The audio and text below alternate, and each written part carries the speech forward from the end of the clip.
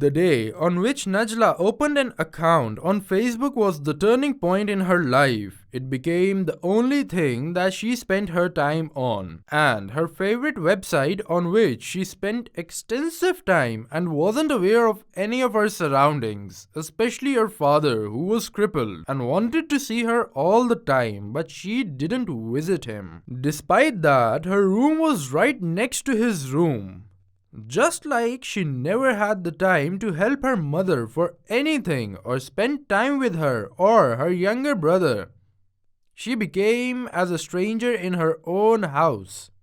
She spent days and nights busy going from messages to chats to comments to likes and replies. From one page and one video to another, all she cared was to increase the number of her friends and extend her social circle, regardless of who was bad and who was good.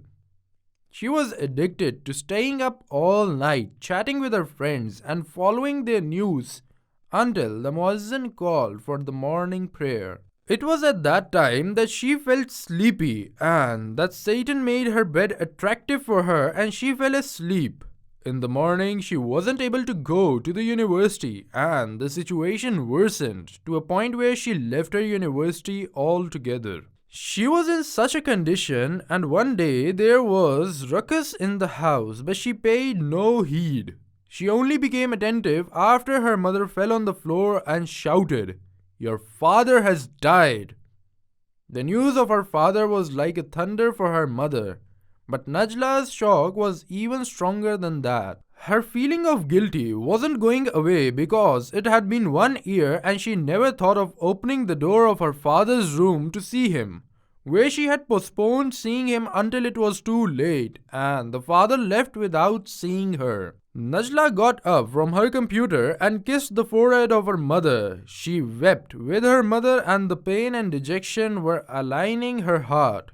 Her pain only subsided after listening to some of the verses of someone reciting Quran in a low voice. "And when my servants ask you, O Muhammad, concerning me, indeed I am near. I respond to the invocation of the supplicants when he calls upon me.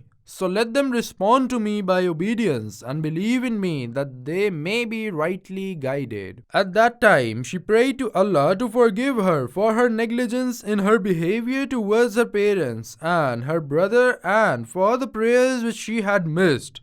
She decided to start a new page in her life and she will return to her classes and her university. She swore in front of her family that she will not sit in front of the internet except to call people towards goodness and to warn people of the dangers of the internet which took her away from her best treasure and commit negligence in her duties without even she knows.